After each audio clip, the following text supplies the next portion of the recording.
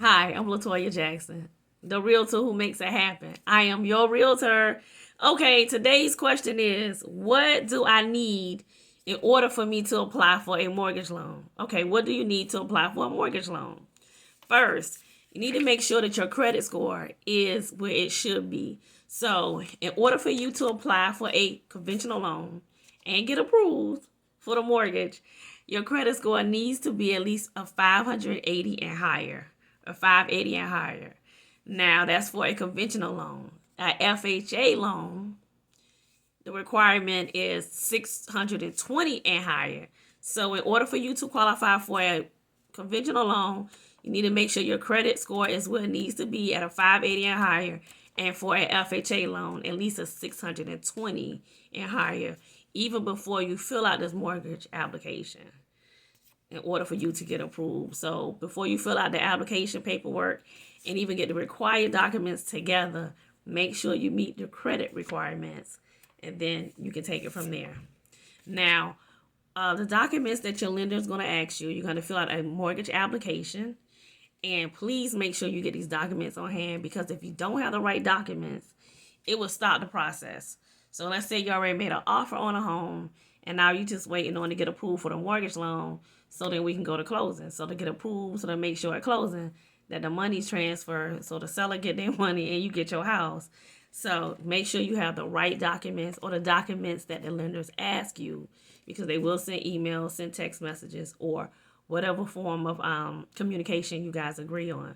Because if the right documents are not given, or if they're not given in a timely manner, like if your lender asks you, I need this in 2 days, less than 2 days, or I need this ASAP, it's very important to make sure you get this document to your lender, because otherwise it may stop your process or slow down your process, and it start moving like a sloth, and you may have only a couple of days or maybe 2 weeks before you close, and you want everything out the way, and definitely not be the hold up or why your closing has been pushed back.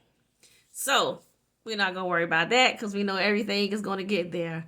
Okay, after we confirm our credit score, make sure we got that 620 if we go into FHA loan, conventional loan, a 580. So of course, the higher your credit score should be, the lower your interest rate. So you should have a better interest rate, definitely the higher your credit score. But those are the basic requirements: is a 620 FHA and a 580 conventional. Another thing is check your credit score. When you apply for this mortgage loan, check your credit score, but also check your credit report. Make sure everything on your credit report is yours, that there's no errors. Even if you see something on your credit report and it's not yours, but they're making the payments, please, please, please, please report it as an error. I had something on my credit report. It was actually a commercial trailer unit, modular unit that they was using as an office for a trucking company. It made my credit score look wonderful. They was paying the notes and everything, but it was commercial, and you don't want to run into the risk of it not being your account, and then all of a sudden they start paying, and then you on the line for the monies, and also it's not yours. So just go ahead and get it off your credit report, even if it is positive, because it's not yours and anything can happen, and you're not sure what type of business that they're running, because they may not even be legit. And that's what happened in my case. They were doing some illegal things, but I definitely did get it off my credit report when I noticed that it was there. So make sure any errors, clean up the errors. If it's not yours, go ahead and file. Contact your credit reporting agencies and let them know that, hey, this is not mine. It's not supposed to be on here. Okay. And it will report and it'll show, and it should come off. Another thing you need to prove is your social security. Your lender gonna ask you for your social security number. Make sure your social security number is correct. You should know your social security number. Make sure your employer's name, get them their name, who you work for, your employee, the address, and your hire date. I know some of us may not remember, but you may say, okay, I've been here A, B, C, Y, or D, or they can, or I've been here X number of years, but they can definitely contact your HR, or you can ask your HR for your actual hire date or your anniversary date, and you can give that to your lender. That'll actually be it'll be a spot on the application that you'll fill out. You're gonna ask you for your annual W-2s, your W-2 forms, your pay stub, your 1099 if you're self-employed. So make sure you have those on handy. They're gonna ask you for the last current 2 years of your W-2s and your most recent tax returns. So please make sure you have your last most recent tax returns. If you have not filed your last 2 tax returns, please let the lender know, and so you can do it accordingly, and so maybe then it won't hold up your process. So that's federal and state. And if you're self-employed, you're gonna have to provide your 1099s, your most recent copies. If you are employed, unemployed, your most recent 2 pay stubs. So your check stubs, your pay stubs, you will have to provide the last 2 recent.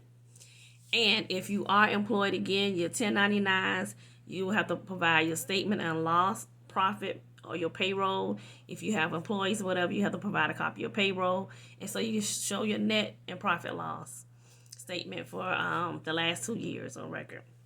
If you own real estate, and you have it's an investment property, you have tenants or you have someone occupying, or it's a commercial, you will definitely provide the income that you're proof of the income that you're gathering from that particular property, the market value, and the current your lease or the address and your current value of that particular property.